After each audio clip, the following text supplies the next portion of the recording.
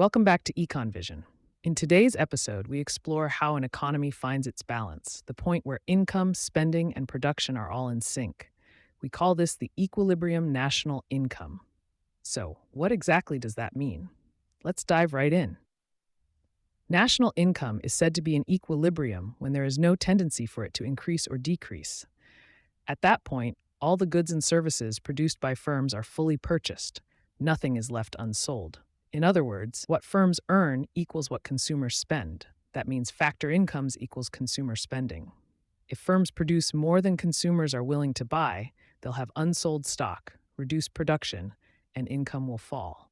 If firms produce less, demand exceeds supply, prices rise, and production expands. Eventually, the economy settles at a level where these forces balance. That's the equilibrium national income. To understand how equilibrium income works, economists use a few simple models. Let's look at three classic ones: the spendthrift economy, the frugal economy, the governed economy. In the spendthrift economy, households spend all their income.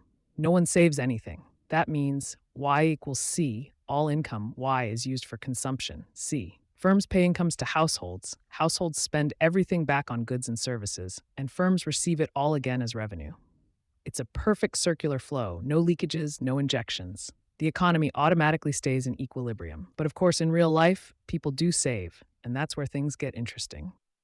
Now imagine a frugal economy, where people decide to save part of their income. Here, total income Y is divided between consumption C and savings S. Y equals C plus S. Firms depend on consumer spending to sell their output. If people save more, consumption drops, and firms might reduce production.